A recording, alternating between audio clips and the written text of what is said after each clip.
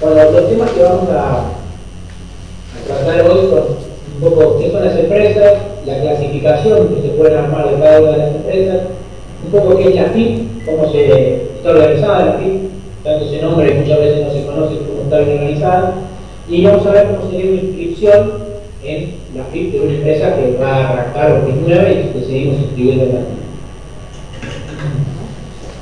Bueno, la empresa, muchas veces se dice que la empresa en realidad es un ente que se caracteriza por obtener ganancias a través de su actividad económica, pero cumpliendo funciones de servicio y empleo para contribuir al progreso de la sociedad. Yo particularmente soy partidario de esta definición de empresa, ya que utiliza la última parte, por lo menos, habla de que la empresa no es solamente el lucro, sino que también debe estar por dentro de sus funciones, que están del servicio y del empleo para que la sociedad en su todo crezca, que no sea simplemente extraer de la sociedad ganancia. Pero lo particular que me interesa resaltar es que la empresa es un ente. Un ente es algo que tiene vida por sí mismo, es decir, es independiente, se puede mantener en la vida por sí solo. Eso es un ente.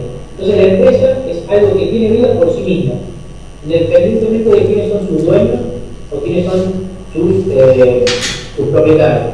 Es algo ajeno a los propietarios. ¿Está bien? Eso es lo que es importante resaltar. Por eso cuando se habla de empresa, las empresas en realidad, ya vamos a ver cuáles son los tipos de empresas, pero en principio es algo separado de lo que son los propietarios. Los propietarios son terceros relacionándose con una empresa. ¿Está bien? ¿Se entiende un poco la diferencia? Sí. Chicos, nos quieren preguntar. Ustedes piensan que la empresa vive por sí misma y tiene su actividad por sí misma. Las partes que conforman las empresas, o sea, los miembros propietarios, los empleados, los proveedores, son todos elementos que conforman ese ente, pero que no son el ente en sí mismo, sino que son partes que ayudan a que eso viva. Pero la empresa vive por sí misma, es independiente de su dueño. Lo mismo es el mismo criterio se tiene que aplicar para la cooperativa o para la cooperativa, es decir, independientemente de quiénes son los asociados de una cooperativa, la cooperativa tiene vida por sí misma. Por eso los asociados entran, salen y la cooperativa sigue existiendo, lo mismo que en la empresa. Estas empresas u organizaciones a lo largo del tiempo van realizando innumerables actividades, operaciones. Es decir, van a comprar, van a vender, en el caso de que sean empresas productoras, producirán, van a pagar, van a cobrar. Bueno, un poco lo que nosotros venimos a tratar de dar luz a lo largo de la parte que todos nosotros, por menos el secretariado, es a todo esto. Decir, bueno, ¿cómo vamos a tratar cada una de las operaciones que hace la empresa a lo largo de su vida de forma contable? Es decir, ¿cómo afecta un pago a la empresa? ¿Cómo afecta el patrimonio de la empresa? ¿Cómo afecta una venta? ¿Cómo se debe registrar? ¿Cómo repercute en la estructura patrimonial? O sea, vamos a ir viendo y vamos a ir desglosando cada una de estas operaciones para que ustedes por lo menos se puedan llevar un marco general de cómo funciona una empresa. ¿Está bien? Les soy sincero, el tiempo que nosotros tenemos muchas veces nos puede en contra para profundizar en el tema. Pero si ustedes tienen alguna inquietud particular, cuando la hacen por medio, nosotros, a medida que podamos, la vamos a ir respondiendo.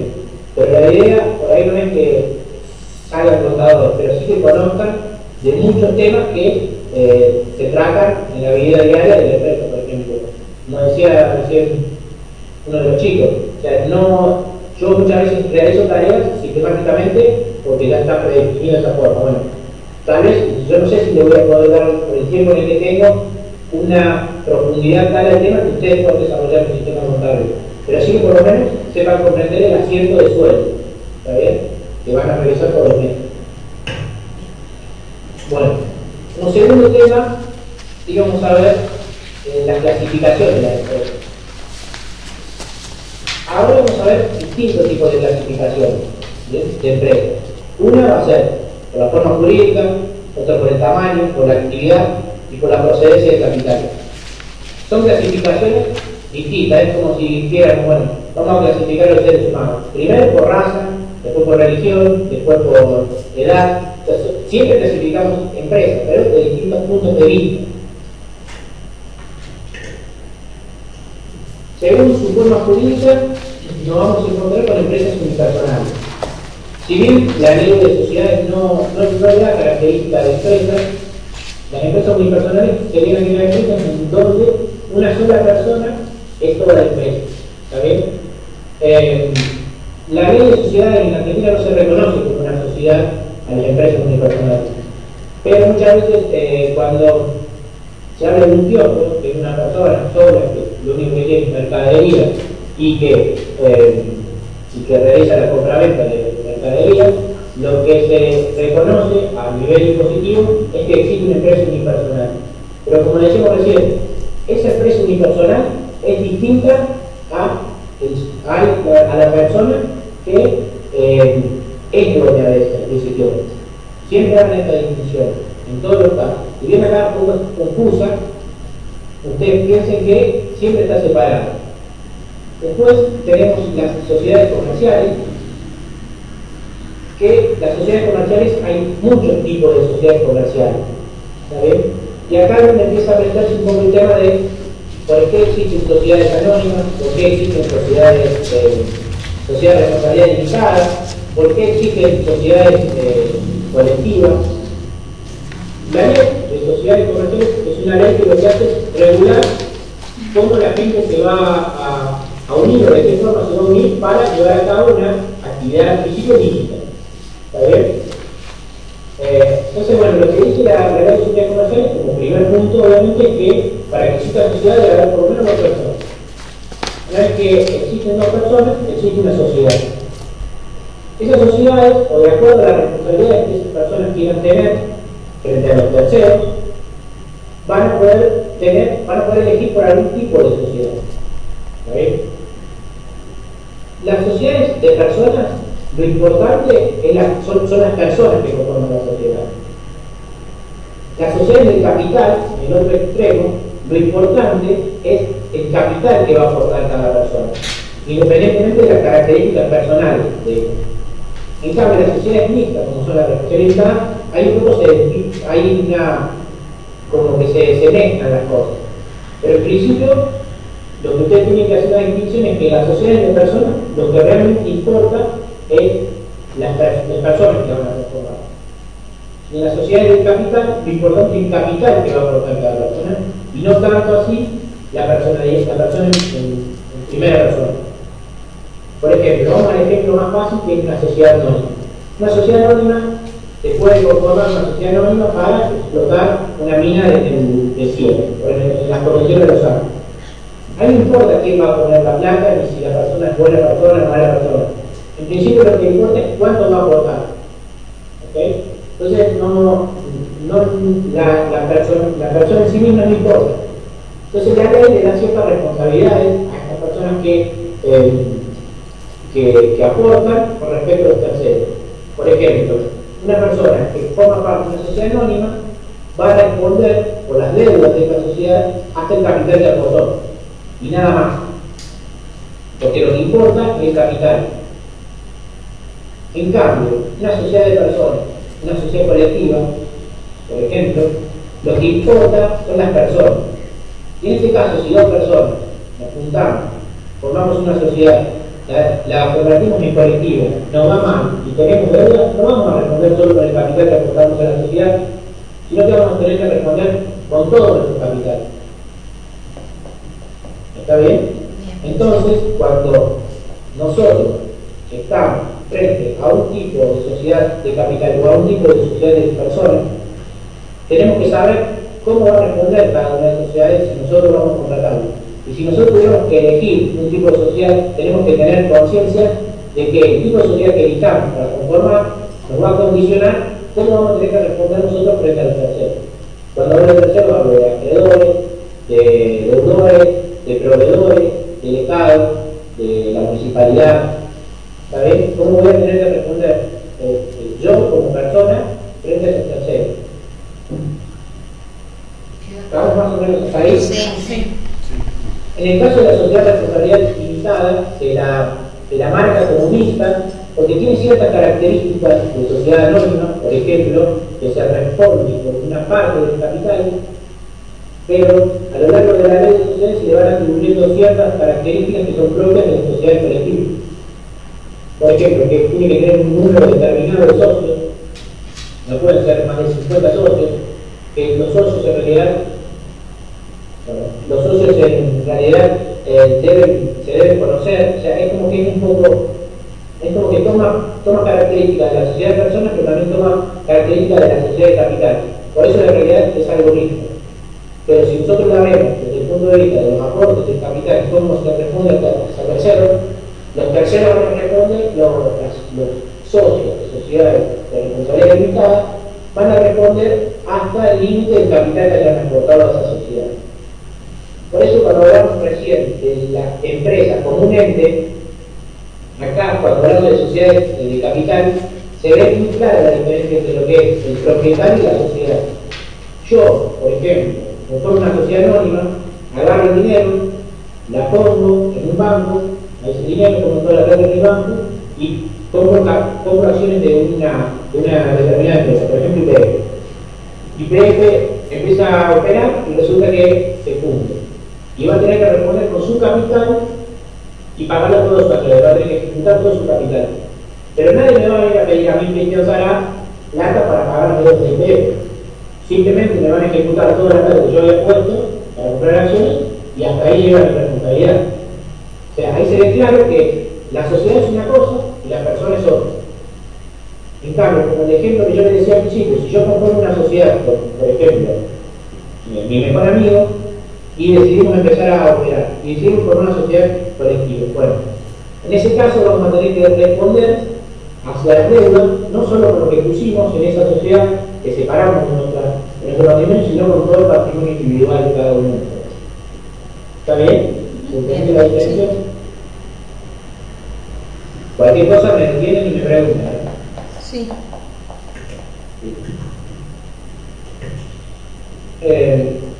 Eso con respecto a las sociedades comerciales. Con respecto a las entidades cooperativas, lo que tienen de diferente con las sociedades, fundamentalmente es que son reguladas por una ley específica. Es decir, las sociedades comerciales, no sé, por decirle Molinos, Cañuelas, la Compañía Argentina de Grano, son sociedades que se regulan a través de una ley que específicamente regula las sociedades comerciales. También las cooperativas, la cooperativa telefónica, eléctrica, tienen otra ley que es distinta, que les permite, o que en realidad regula su actividad, su conformación, su actividad, y ninguna de las características principales de las entidades cooperativas es que las entidades cooperativas no tienen socios, tienen asociados, y que el ingreso o egreso a la entidad es libre. Por eso constantemente el capital que se suscribe se va multiplicando, es decir, tiene un socio más o tiene un socio menos.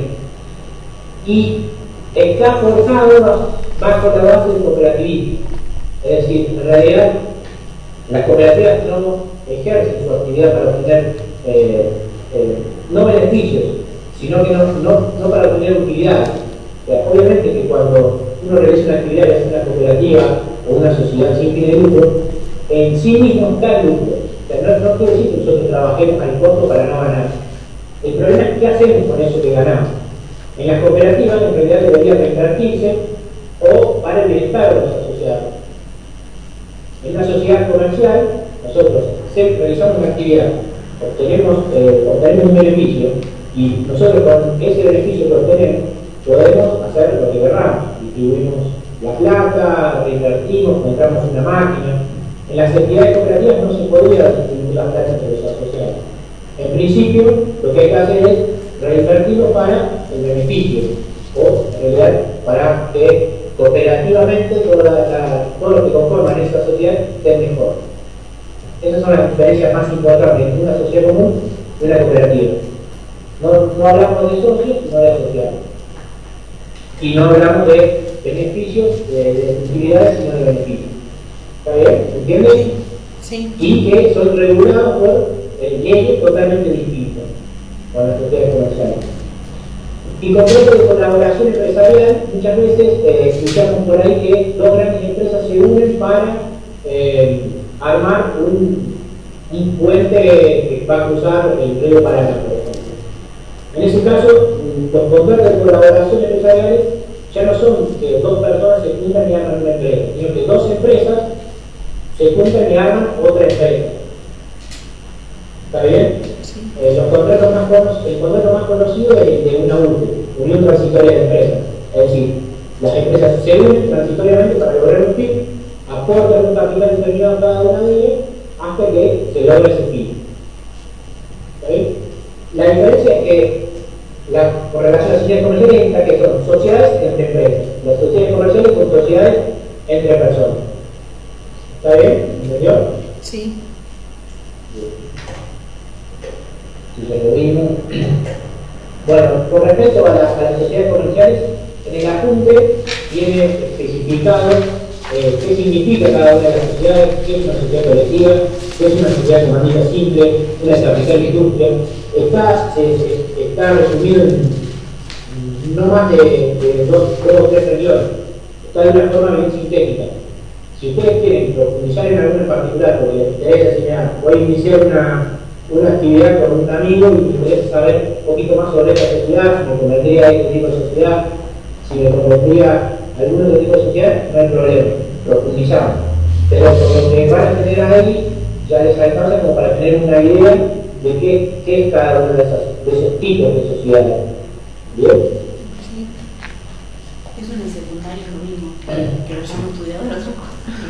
Habíamos dicho que debería explicar un poco también qué era la AFIP. Nosotros muchas veces escuchamos hablar de la AFIP y siempre unimos la idea de la AFIP con el cobro de los impuestos. Y en realidad esa es una parte de la tarea que realiza la AFIP, solo una parte. AFIP es la Administración General de Ingresos Brutos, de Ingresos Públicos, que está conformado por tres organismos: DGI, DGA, DGRS. La DGI, Dirección General Impositiva, es la que tiene esa función principal que la que casi todo el mundo conoce o asocia a la AFIP, que es la aplicación y la recaudación de tributos. O sea, la AFIP no solo te cobra, sino que también se asegura de que lo que estás declarando como impuestos está bien. Por eso habla de recaudación y fiscalización de tributos. Algunos ejemplos, como después vamos a ver a lo largo del desarrollo del secretariado: el IVA, el impuesto a las ganancias, el impuesto a los bienes personales, los tributos. Todo eso en principio lo realiza la DGI, la encargada de la que ingresa los fondos a las arcas del Estado Nacional. Por otro lado, en la Dirección General de Aduanas, esta lo que hace es empezar a controlar el comercio exterior, todo lo que entra y sale de la Argentina. Esta lo que va a hacer es recaudar principalmente derechos de importación e importación, tasas estadísticas y tasas aduaneras. O sea, cada vez que uno va a exportar o va a importar, va a tener que hacerlo a través de la Dirección General de Aduanas. Ahí es donde se van a pagar por derechos de importación y muchísimas tasas que se cobran para poder realizar la transacción con el exterior. Y después tenemos la Dirección General de Recursos de la Seguridad Social, que principalmente lo que hace es la recaudación de los fondos, o sea, todo lo que nos descuentan de los sueldos para jubilación, lo recauda, se declara, obviamente, y lo recauda la Dirección General de Recursos. Y después con eso es lo que se le paga a los jubilados. Esta es la parte del ingreso, digamos, todos los aportes jubilatorios, las asignaciones familiares y todo lo que se paga por obras sociales, lo recauda esta dirección. Es decir, que la FIP en realidad es más que cobrar impuestos. ¿Sí bien? Como se ve, todo consiste en meter dinero a las arcas del Estado. Cada uno de los organismos que componen la FIP lo que hace es insertar o tomar de distintos lugares. La FIP lo que hace es recaudar impuestos, la DGI lo que hace es recaudar impuestos, la Dirección General de Aduanas lo que hace es recaudar todo lo que tenga relación con el comercio exterior, y la Dirección General de Recursos de la Seguridad Social recauda todo lo que tenga relación con los aportes jubilatorios, las obras sociales, etc. Es decir, la función principal de la FIP es recaudar. a ver, de sistema orgánico. ¿Vale? Y cada uno de esos organismos tiene funciones atribuidas específicamente. Por eso, cuando hablamos de cobrar impuestos, la PIB es una parte, obviamente. La otra parte viene dada por los dos organismos que la controlan. Como le dije, no voy a hablar de un modelo muy teórico, muy aburrido y bien cortito. En el apunte ustedes van a tener detallado específicamente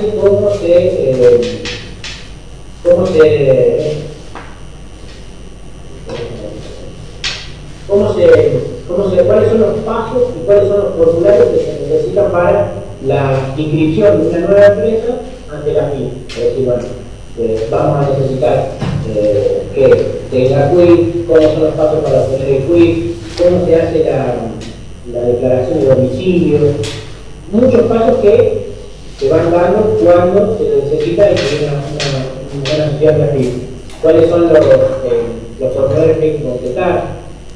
Eso un poco se va a encargar Noelia en la próxima clase, explicarle el paso a paso de cómo se tiene que inscribir, porque es netamente práctico. Lo que sí está en el apunte está explicado, pero más de lo que se explica en el apunte no tiene sentido que yo me haga perder tiempo, porque está bastante claro. Paso 1, hacer la cosa. Paso 2, hacer la cosa. Lo que sí es que a lo largo de la lectura hay algo que no está claro, sí, pregúnteselo a Noelia, que no es real. Acá dice que el paso 3 consiste en obtener el QUIC, ¿no? Y nosotros, yo no sé qué es el QUIC, lo pregunté a Noelia y Noelia le va a explicar específicamente qué es el QUIC.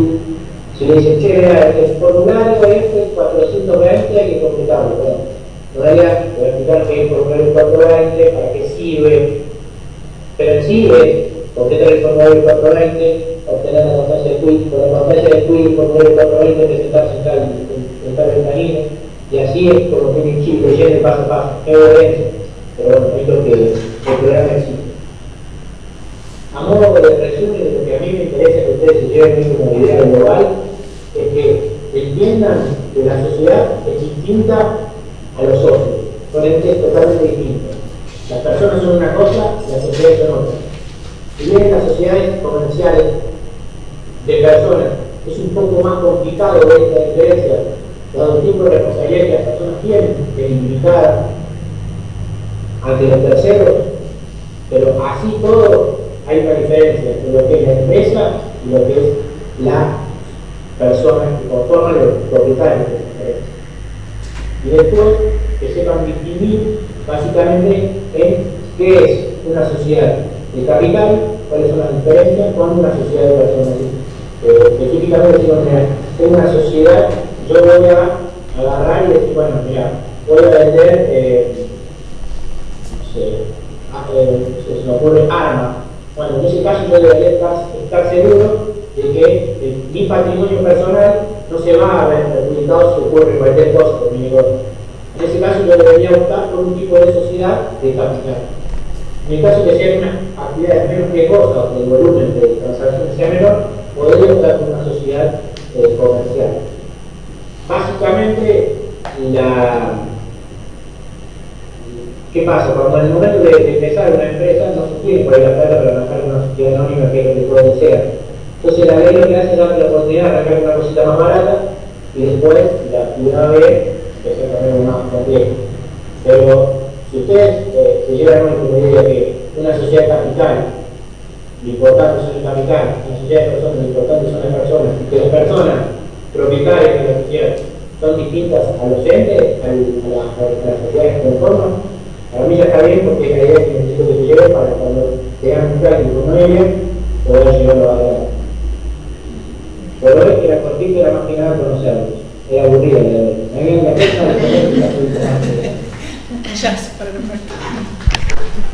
Bárbaro. Nos vemos el jueves entonces. Bueno, nos vemos. Listo. Chao, hasta el jueves. Chao, después.